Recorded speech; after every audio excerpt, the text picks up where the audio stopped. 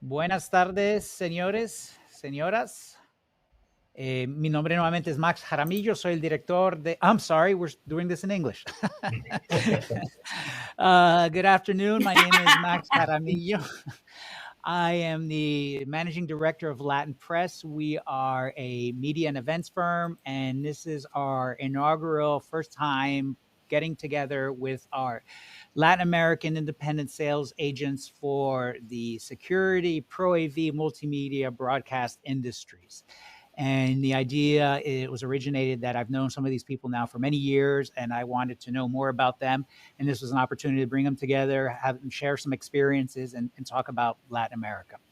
So we've talked a little bit about secrets to running a successful rep firm, vendor expectations, and our final last session of the day is overcoming challenges in Latin America.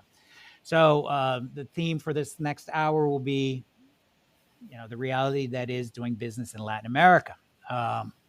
It's a big continent, it's a big region, a lot of different countries, a lot of different currencies.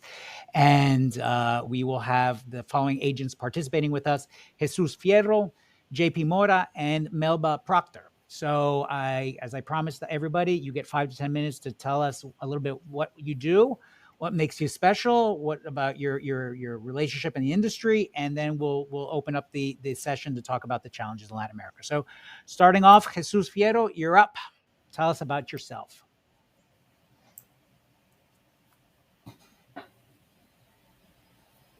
You're on mute. Jesus? No, he's on mute. Jesus, Sorry. Okay. Can you hear me? Yeah. Yep. I began in the industry back in 1987 as a systems integrator. And then when the century came in 2000, I began working with international companies such as Diebold, which was a systems integrator also. And then in 2003, I joined Bosch as country manager and started the operation in Mexico. After 3 years, I also began traveling to Latin America and opened the operations in Venezuela and Caribbean. And afterwards, I did several functions for the region, for marketing, for project engineering, and for business development.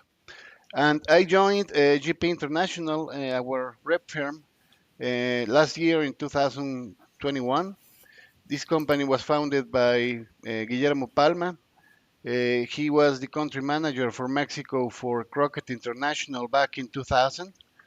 And they were representing several lines, including Pelco, but at that time, Pelco was the number one selling brand for many years until Schneider bought it.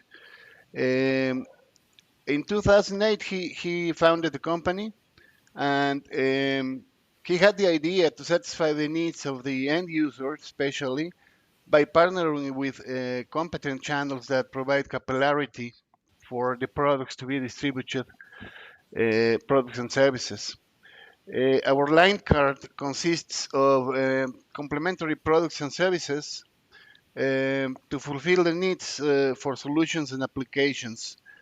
These span from display technology, security and safety systems, audio and video systems, including pro audio, but also commercial audio, and everything in between regarding connectivity.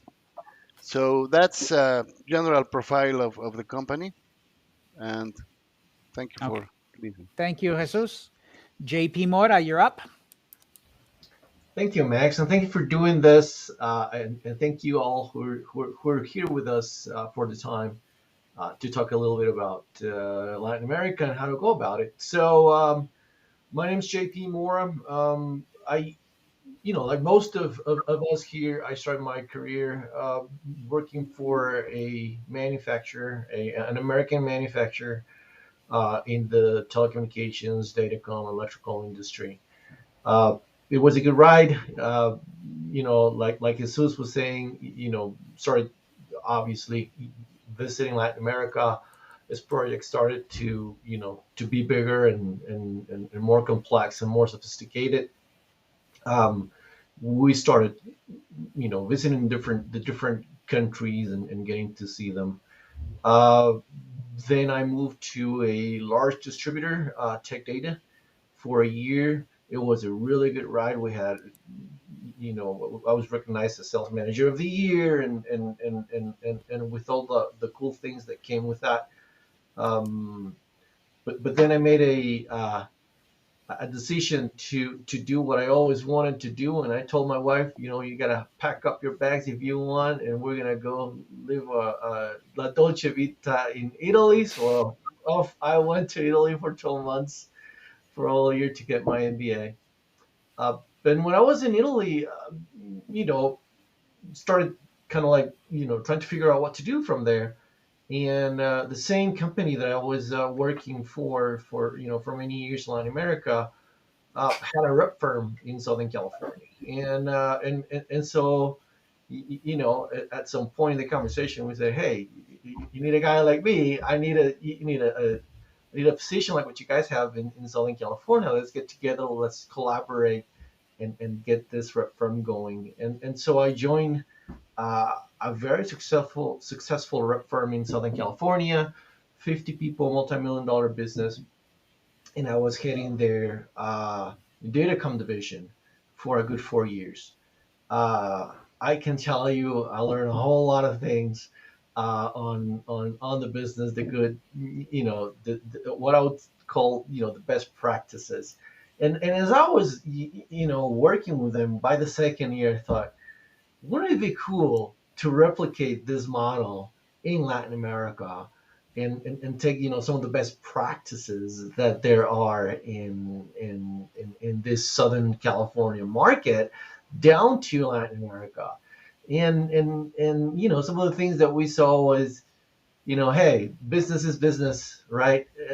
I've done business in Latin America, I've done business in Europe, done business in the US, and ultimately at the end of the game, it's a matter of trust. It's a matter of delivering results. It's a matter of making things happen.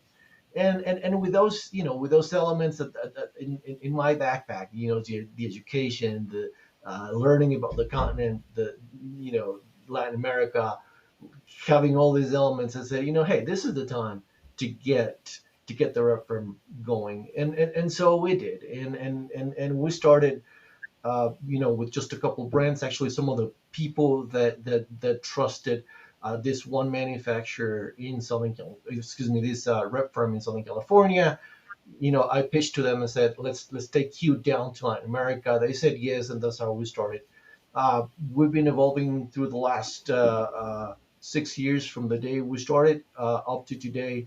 Uh, we are what I call, an overnight success, 6 years in the making, because in the last couple of years, our growth has been just exponential, and that's due to the trust of some of the manufacturers, but also of the partners that we have in the region, right? So distributors and integrators and all of that, and so now you look at Nuva. We are 5 people strong. We have people in Mexico and in Costa Rica, in Nicaragua. We have partners in Ecuador, in Argentina. There's a lot going on. There's manufacturers. We focus mainly on the security market, some infrastructure, some audio, but it's mainly the security market where we're focused on, and we cover the region strategically, and happy to report that we're growing every year. Well, thank you very much, JP. Thank you. That was nice. Good. Melbeck, please tell us about what you do at AV Tech. Well, hello everyone. My name is Melba Proctor. I am the CEO of for Avitech Plus. We are an international sales rep firm located in South Florida. We specialize in projection screen and offer related audio video products for commercial and residential applications. I have been in the AV industry for over 20 years. 15 of the 20, I work at Viewtech Corporation, a projection screen manufacturer, where I was managing their sales team and worked very closely with their outside US rep channel. This inspired me to start my own business as a manufacturer rep firm for Latin America and the Caribbean market in 2015. The fact that I'm originally from Dominican Republic and I have lived in the US for many years has given me the advantage to understand both the Latin American market and the US way of doing business. But of course, the experience of working at Viewtech provided me with the knowledge not only how to help the distributors and dealers with their products inquiries, also to assist them with the shipping, logistics, and paperwork required per country, which is very important when it comes to each individual country. I have been very fortunate to work with manufacturers from different parts of the different countries, different parts of the world, which has exposed me also to learn about how they do business. And I'm thrilled for the opportunity to be part of this panel and provide my humble input as much as I can. Thank you, Melba. So, the session for today's panel, our third and last panel today, is Overcoming Challenges in Latin America. How do you future-proof your agency business against the economic ups and downs of the region? So, we talked about this, I think, in the different sessions, but it really is. I take my hat off to you, all the panelists this morning. The difficulties that we face doing business in Latin America. And as I think one of the panelists mentions, if you're a Northeast agent for the United States, it's a whole lot easier. So we have our work cut out for us, and I'd like to hear, how do you prepare for that? Do you again, going back to vendor selection, do you decide not to work with certain vendors because they are very much hit and miss? Or do you go after a broad spectrum of different vendors to make sure that if you're not selling X product line, you have B, and you have other and on your line card? So that's a little bit what I want to talk about is how do you prepare yourself for the eventual downturns in Latin America that we all know are up and down throughout 5-year cycles. So Jesus, you wanna go ahead and tell us a little bit about what you guys think about that at GP? Well, what you have mentioned really resumes a lot of things. In our view, for our business, like I was saying, we want to have complementary lines where we can either sell them separately or better to make applications, systems, and in an ideal situation, come even to a solution for the end user. Of course, there are ups and downs, especially for some brands that, example, maybe industrial networking that we sell. There could be decrease in demand for that product line, but we do not want to carry too many lines because each line deserves a lot of effort to position it in the market and create demand. But there are many challenges. When you invited us to this session, I was saying, well, what are the specific problems that the reps have? And I was a little bit worried because I said, well, the problems that we face are the problems that all the small companies face. But what are specific to rep manufacturers? I made some points here of the challenges and barriers to entry for Latin America. The first one I would say is the high cost that the rep has to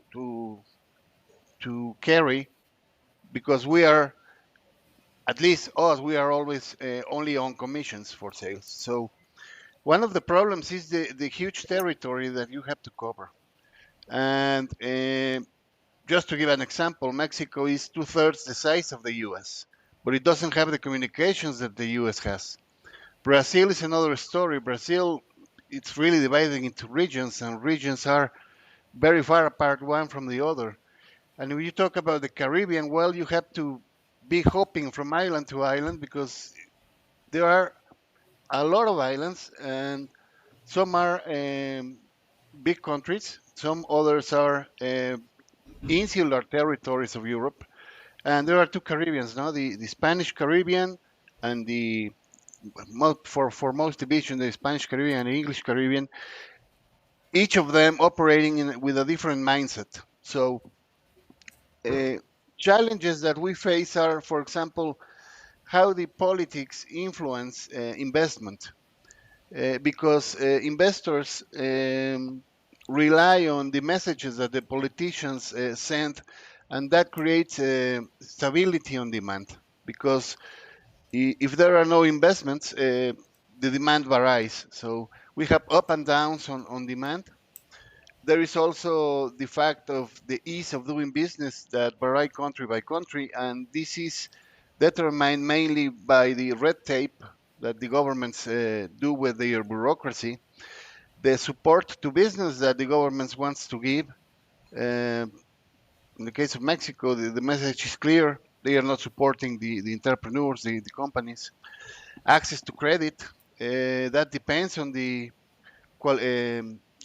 rating that the rating agencies give to a country, and also other factors such as inflation, etc., that determine the accessibility to credit.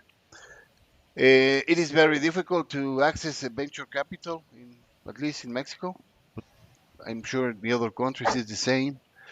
So also the legal system does not assure investors that they will be respected on the agreements that are done. And I don't want to put a black scenario around this. It's just that it is the way it is, and you have to deal with that. And when you understand how to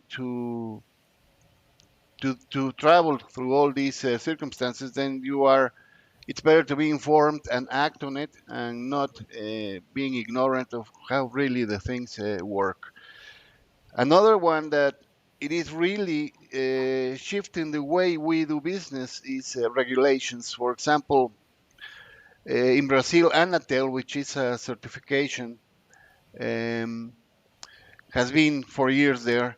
In Mexico, there was one called NOM, which is official Mexican norm, or Mexican official norm, which is just an homologation, very similar to UL, for example.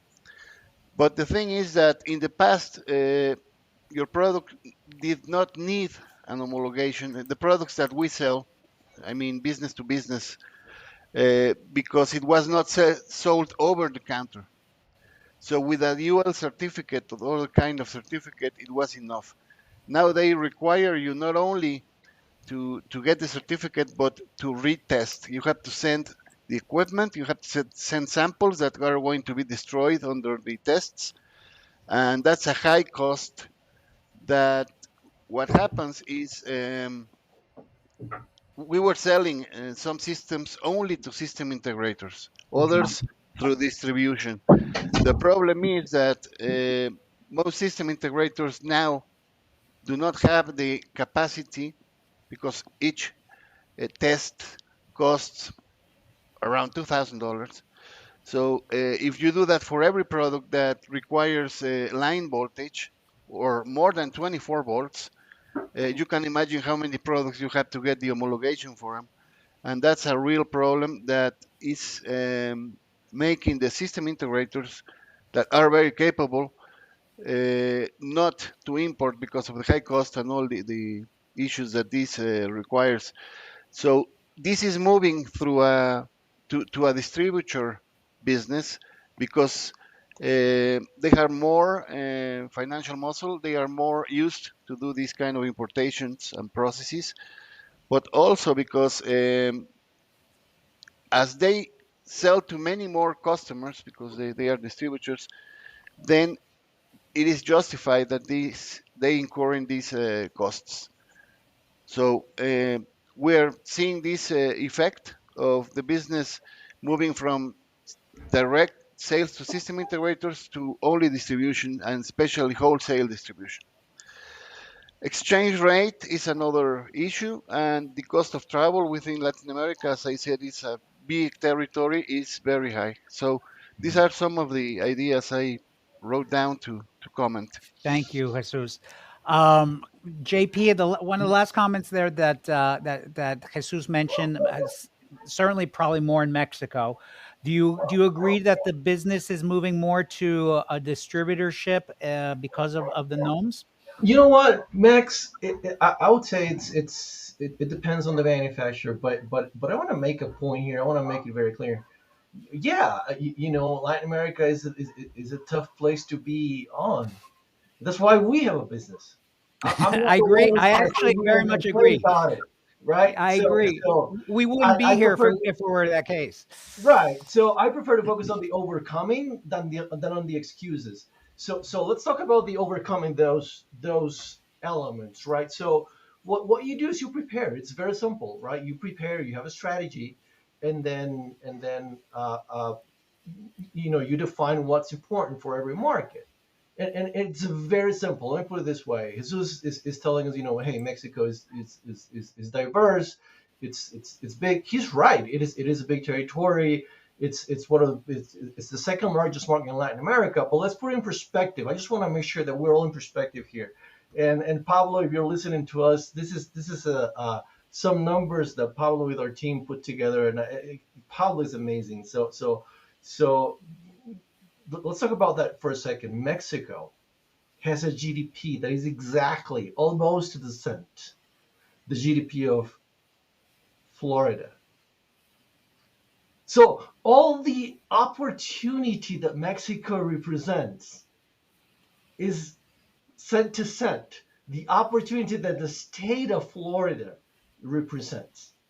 So, Jesus is telling us, hey, you need to make all these investments. Well, do you want to make those investments for the size of Florida? If the answer is yes, let's do it. If the answer is not, then you got to focus somewhere else on that specific product. Mexico is not your territory. Maybe Brazil is not your territory. Maybe you're good. You're better off focusing on Central America or Peru that has a lot, leaner barriers of entry. So it really depends. You have to see Latin America as it is. It's a large territory. There's 50, there's dozens of countries. There's it's a very diverse territory, but it's a great territory to expand. It is a great territory to do business at if you have the strategy, the planning, and the ability to overcome those elements. I can sit here and complain. I don't need to complain. I don't like complaining. I prefer overcoming. And that's the part, Max, that I love about this conversation, which is about overcoming all those elements. My manufacturer, he doesn't want to know, if I had to travel, you know, uh, early in the morning or on a Saturday on a Sunday. Hey, they care about the number. They care about the relationship. They care about the reporting, and that's exactly what we do. The complaining and the excuses and the feeling sorry and the hey, if I were in New England, this would be an easier life. Then that's why I chose not to be in New England. I choose to be in Latin America because I believe the market is right for that. Good for you, JP. Good for you. I like that dose of optimism. We need to hear that. Good for you. Melba, you wanna add on to that before we talk about the distribution channel? What is your feeling about the challenges in Latin America? I feel that what JP was saying was that there's two realities. One is that it's an opportunity. So who would better to serve this opportunity than us that are in this business for Latin America? But I also your point there with comparing Mexico to Florida is also that let's do this with our eyes wide open. Um, people say it's an emerging market and it's a huge market, and I also tend to feel that some manufacturers perhaps think that there's more that there's more there than there is. But certainly I applaud your optimism, and we wouldn't be where we are, all of us, if we didn't think otherwise. Melba. Well, I would say service, service, service. If we service our customers, our distributors, our dealers, our integrators, we can overcome the issues that they encounter every day in doing business. I also encourage the manufacturers to invest in summits, invest in local. The trade shows that you guys do are excellent. Try always to explain to them that a lot of Latin Americans integrators cannot necessarily come to the shows in the United States and other places. So if they want to expose their products in those markets, they need to invest and do marketing to that market, marketing to that market. It sounds redundant, but it is true. A lot of times they think that the marketing done in the United States will work in those countries. It doesn't. Each country is individually and they work in a different way. Even that at the end, we also the majority speak Spanish. I also think that as a rep, I like to understand the local regulations per country or per request and trying to assist them to get the products there. I do have scenarios that I have distributors, and yes, I agree because they are distributors and they have the facility to maybe they have the income to be able to overcome the expenses that some regulations are put in place, but I also deal with a lot of small dealers and distributors, I mean, dealers and integrators that are looking for a solution and not necessarily the distributor having. I like to think that it's good to have product diversification. Sometimes you have all the same brands in one place, and if you bring new brands or you in my case, to overcome the ups and downs, I focus a lot in the residential, which is not a market that a lot of people care about it because the residential market is small compared to, let's say, United States. But there is a lot of potential there. I think that the 2020, even that is kind of funny that make a big hole in a lot of business, it also opened the opportunity to get to more people using the medias. So, but I do believe in the person to person relationship and approach. And I do encourage manufacturers to invest and do better programs for Latin America. So there is more interest of doing business with those type of manufacturers. Um, I don't know if that answered the question, but Yeah, yeah. No, there's no. It's this is all open ended, Melba. This is all. It's a conversation. Jesus, I don't know if you want to respond. I think JP felt that you were a little too negative there. Yeah, that's what I felt that he felt. Uh, Maybe my tone was not correct. Maybe the way I introduced it was not correct. The point that I wanted to make is just because this was a discussion about the challenges that we face and how we solve them.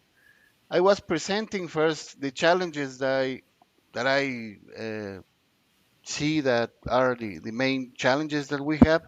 Of course, those challenges are not good news, but I agree. I mean, we are here to overcome all this with creativity and being very happy about it. That's why we're here.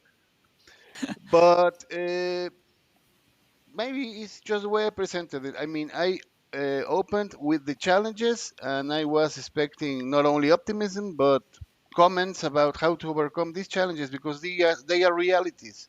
Yeah, no, agreed, Every agreed. day I wake up very happy, but I come and see these challenges, and I do whatever I can in So the best let's of talk. my yeah. Let's talk then about your comment about the consolidation of the wholesalers, at least in Mexico. Hmm. Um, I guess this is a comment that was also reflected both in the first and second panels. Is that if you put if there's a consolidation of the wholesalers and the wholesaler can only really concentrate on those top line products that sell, and you are not the biggest boy on the block, you can't necessarily align yourself with those wholesalers. So what do you do in those cases? Everyone wants to be with the big wholesaler, but you won't necessarily get mind share if you're not that top product for them. Exactly. Uh, there has to be demand for them to move and first of all get these homologations and also stock. No? Have enough stock for at least the run rate, not for projects. But the way we are overcoming this, and I mean, it is not really the function of a rep, but we are doing it, is going to end users that have repetitive business, such as, for example, banks Uh-huh. or, for example, retail chains. And we try to get their systems getting specified with our brands, or at least parts that are used in other systems that use the products that we represent. So what we try to do at the end user level is to get specification for the brand and the features that the brand offers and differs from others. And we are now in the work of creating demand. And after we begin creating demand, then there is interest from the manufacturer, from the distributor. Sorry. From the distributor. Okay. JP, do Yeah, you subscribe to that? yeah, no, I absolutely. I mean, there is. I guess when I mean when you subscribe to that, it seems that it's a lot of lift for a manufacturer's rep to generate demand going end user to end user. So it just seems that Well, that's a lot of responsibility on on, I, on I the would say shoulders. it depends on what your objective is, right? So there's manufacturers. There are very much demand driven, right? Where it's a project based, it's a long sales cycle. There's manufacturers that are more of a, you know, churn type thing, right? Where it's a more tactical sell. For those, a distributor, and a large distributor is probably the best way. For those that are more an engineering solution, then you probably need to go to the end user or to the contractor uh, or to the designer, right? The Yeah. consultant, the A&E, which is a community that I believe is critical. We have them, as part of our planning, and sometimes it's overlooked because they don't cut a check to anyone, right?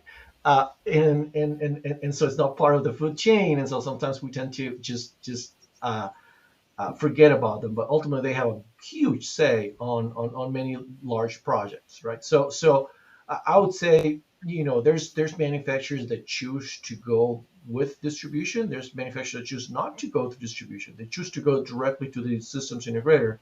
But ultimately, at the end of the day, demand has to be there, whether it's created at the end user, like Jesus is explaining, or whether it's created with the contractor, or because of the access that the distributor has.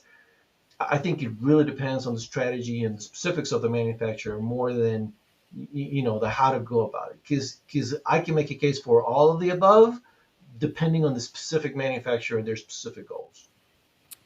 Melba, as a agent, is it better to be representing a project-based vendor or as a more of a I don't want to use the word commodity, but a more often used, a more churning product?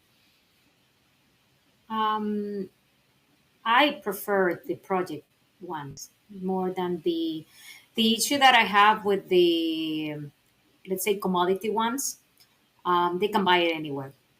So today with the internet, I find that a lot of times it's very easy to buy a product that is less expensive, that is they can order it, get it in their door, and the dealers find that the end if they lose a lot of business because of that. So project base is something that I prefer and I try to encourage. And when an integrator or a dealer come to me for something that is more, let's say, popular brand that internet, most of the time, if they cannot purchase it, I will assist them, but I don't encourage them because what is easy for them to buy it on the internet, their end user is going to buy it and they're going to lose the sales and everybody lose there. Right. Can I just complement that, because I think Melba's got a very strong point there. I would say there's one element also that the distributor adds to the equation that that is critical to the chain of value. And in Latin America, this is important. The two things I'm going to say here: the distributor adds is probably more value than you would add in Europe or in the U.S. One is putting the components in place, right? So taking it from wherever it's manufactured down to Latin America, making the import side of it, the logistics side of it, that takes a level of sophistication that usually the distributor can shine on. That's number one, place. And the second one is credit, right? Because they do have the local agreement. They have sometimes brick and mortar where they can offer credit in their currency in their country, and if anything happens they can go after the assets in country, which is something that without a distributor would be impossible. Now the flip side to it is there's projects where, again, if it's an engineering project, if it's an engineering specification, uh, that just pull through from the end user uh, can be strong enough that it doesn't really matter how it's sold, right? But definitely, what distribution does, to Melba's point, in terms of the project business is critical. Jesus, you wanna opine on that? Yeah, I would just add to what has been said. Another function of the distributor, which is very important, it is to fulfill or to help not only return it to the manufacturer if it's a returnable product. I mean, if it's worth it to return it, but also to manage the advanced replacements when service is needed. So that's another function, aside from, of course, availability, all the logistics where they excel, and the credit that they offer. So, Okay. and As also homologations, no? Those are functions by the distributor. as an agent, do you? I guess it's where the most business arises from. But all things being equal, as an agent, you would prefer dealing with a half dozen distributors in country than 30 integrators. I'm assuming, or is that a false assumption? In general, yes, but of course, there are products that are better served when the systems integrators have even a direct contact with the manufacturer, especially products that require certifications, I mean training or high specialization. But most of the times, distributors could do it because what we do for manufacturers is to ask the distributors to have at least one person that is trained on the systems. So they give the first level of technical support, and they also help in designing in the pre-sales stage. They also help with the project design. So yeah, Do J Melba, do you offer technical expertise for small integrators that need help? I do assist in the products that I offer. Okay, JP. Yeah, we do have some I would say strong technical capabilities inside. We've also seen that if a distributor, let's say, has a pre-sales department that helps them be more effective, the distributor. Of course, the integrator, they usually do, right. The larger mid to large integrators already have those in place, Yep. right? And so that is usually where things are. What we also have learned and that we've seen is we gotta be quick, right? I mean, we work on getting designs out and quotes out within the first 24 to 48 hours, depending on the complexity of the design and everything. And so for you to be quick, you have to have combos. You have to have uh, cases that are already thought of that you can fit a couple things, right? And we've seen that it's more important to get things out to the integrator or the distributor as fast as possible, because this we've learned is the numbers game. We want to make sure that we are specified in on most opportunities as we possibly can. And so we found out that we need to turn an opportunity to a formal quote with engineering behind it as fast as possible. I think it was Melba who said service, service, service. Again, by offering service, technical service to the integrator, are you being proactive to be tighter to that integrator instead of relying on the distributor to do that job, to do that work, that responsibility? It depends That's a on the question for Melba. market. Depends on the Okay, market. it depends. It depends on the market, and I mean, in some cases, like in Mexico, I deal with a distributor that they have the know-how, so I don't necessarily I get involved with them when they need it, but most of the time they know more than me because they have Okay. taken all this training and they have all the brands that they can compare or have had other brands in the past that they understand very well the products. In other countries, I find that a lot of distributors are dealers at the same time. They're Yep. distributors only, and because of that, they themselves distributors, but at the end of the day, they compete with the other dealers, and they not necessarily have the staff or the knowledge because they are smaller. Everybody wants to be called a distributor because they want to get the best price. But at the end of the day, we as agents, as reps, we can figure out pretty quick. I would say Yeah. so. One on the other panel, somebody, I think it was Matthew, the bullshit factor. So, yes, I totally understand that. So we're coming up now on to finalize. I don't know if Jesus, you want to add something final before I take this last question here, and Yeah. Well, as Melba was saying, service is maybe the number one factor that it's important. Um, Being worked for manufacturers and having reps reporting to me, I know what I need from a rep. And uh, as we are an arm of the manufacturer in our territory, we also support them by training the channels, the system integrators especially, and also the distributors in products that require it. Example, an evacuation system for safety, for fire. That requires training.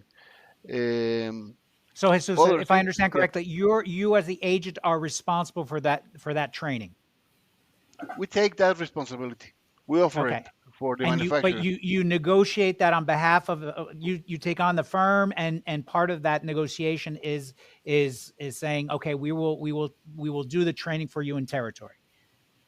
Yes, we get trained by the manufacturer, and then we do training here. Okay. I am here at our training room, Okay. so uh, and we do it all the time. When training is required, we do it because the best way to sell and be um, not have problems in the future, and having the end user not having problems and being happy, and maybe he's gonna buy again, is to have the system correctly installed and serviced. So it is in our best interest, the best interest of everybody, that the one that installs and supports the system is trained, correctly trained. But I would assume that that's also I don't know if this was in this panel or the other panel, the difference between rep agencies in the United States and in Latin America. I would not assume that in the United States, independent agents do assume the responsibility of training. Correct. I had a rep in Florida, which is Salesforce and Associates. Many times they did basic training, especially in retail stores for like Guitar Center or I don't know, Samash. They uh, trained the people in the floor, because the people in the floor in these stores know more than the manufacturer, as Melba said. And many integrators know even much more than the manufacturer. So, I mean, not the engineering area, but Yep. the sales area of the Okay. manufacturer. So sometimes the rep does that even in the States. Okay. And it depends on the product, of course. And I depends on mean, the rep, I would say so, to add to that. yeah. it is not the same selling portable speakers than selling, I don't know, some kind of very sophisticated networking equipment. It is Yep, not the same. understood. Understood. Can I Okay, add something? please, Melba. Okay.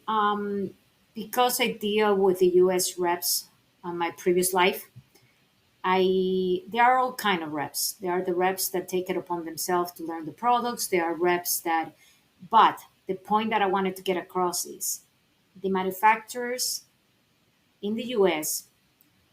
do all the work. They do the marketing, they do the training, they do the all the work. They are in the trade shows. In Latin America, they want us to do it. Yep, And I agree. it's very difficult to get the message to them. I mean, I sometimes we achieve it, but and there are manufacturers that are pretty good on that. But a lot of the new manufacturers that want to get in the market in Latin America, they see Latin America as a big, big market, and they assume that because we speak the language or we know we've been in this industry for a long time, we can do for them all that work. But what they don't understand is that in the US it's a lot easier because they have it done for their sales team.